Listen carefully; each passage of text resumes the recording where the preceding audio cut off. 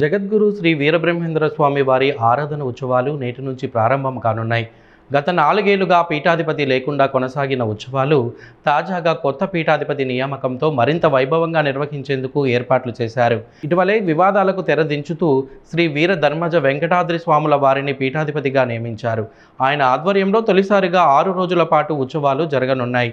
ఈ నెల 26న వైశాఖ శుద్ధ దశమి సందర్భంగా బ్రహ్మంగారి సజీవ సమాధి వద్ద లక్షలాది భక్తులు తరలి వచ్చే అవకాశం ఉంది. అదే రోజు పీఠాధిపతి సింహాసనంపై దర్శనం ఇవ్వనున్నారు. ఈ నెల 27న బ్రహ్మరథోత్సవం అంగరంగ వైభవంగా జరగనుంది. అన్ని ఏర్పాట్లు పూర్తయ్యాయని నిర్వాహకులు తెలిపారు. శ్రీ గురుభ్యో నమః. ఓం నమో శ్రీ వీరబ్రహ్మణే.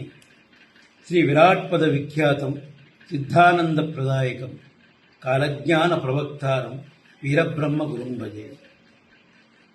ప్రపంచ మానవాళికి తన బోధనల ద్వారా ఆధ్యాత్మికతను తెలియజేసి సమతావాదాన్ని పెంచిన జ్ఞాని యోగి జగద్గురు శ్రీ మధ్విరాట్ పోతులూరు వీరబ్రహ్మేంద్ర స్వాముల వారు తన కాలజ్ఞానం ద్వారా భూత భవిష్యత్ వర్తమాన కాలాల్లో జరిగే వింతలు విశేషాలు సమాజంలో మార్పులు ముందుగానే తెలియజేశారు. కుల వివక్షకు వ్యతిరేకంగా, అంటరానితనానికి వ్యతిరేకంగా, కుల మతాలకు అతీతంగా పల్లె పల్లెకు తిరిగి ప్రజలను చైతన్యపరిచిన గొప్ప తత్వవేత్త శ్రీ వీరబ్రహ్మేంద్ర స్వాముల వారు.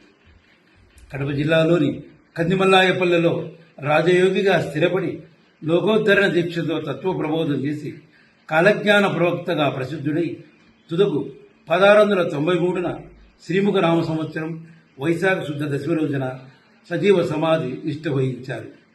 నేటికి 333 సంవత్సరాలు. నాటి నుంచి నేటి వరకు ఆనవాయితీగా ప్రతి సంవత్సరం ఆరాధన గురుపూజ మహోత్సవాలు, నిరంతర అన్నదాన నిత్య నైవేద్యాది కార్యక్రమాలు అత్యంత వైభవంగా జరుగుతున్నవి. యథావిధిగా ఈ సంవత్సరం కూడా శ్రీ వీరబ్రహ్మేంద్ర స్వాముల వారి ఆరాధన గురుపూజ మహోత్సవాలు ఈ నెల ఏప్రిల్ 23వ తేదీ నుండి 28వ తేదీ వరకు వైభవోపేతంగా బ్రహ్మంగారి మఠం నందు జరుగును. అత్యంత ప్రముఖమైన రోజు ఈ నెల 26వ తేదీ అనగా శ్రీ పరాభవ నామ సంవత్సర వైశాఖ శుద్ధ దశమినందు జగద్గురు శ్రీ మధ్విరాట్ పోతులూరు వీరబ్రహ్మేంద్ర స్వాముల వారి సజీవ సమాధి నిష్ఠ వహించిన పవిత్ర సుదినం. పిదప మరుసటి రోజు 27వ తేదీ బ్రహ్మ రథోత్సవం అత్యంత వైభవంగా జరుగుతుంది. తదుపరి 28వ తేదీన శ్రీ స్వామివారికి మహాప్రసాద నివేదన జరుగును. కావున భక్తులందరూ విచ్చేసి ఈ పూజా కార్యక్రమంలో పాల్గొని శ్రీ స్వామివారి తీర్థ ప్రసాదం స్వీకరించి స్వామివారి కృపకు పాత్రులు కాగలరని కోరుచున్నాను. సర్వే జనా సుఖినో భవంతు. స్వస్తి.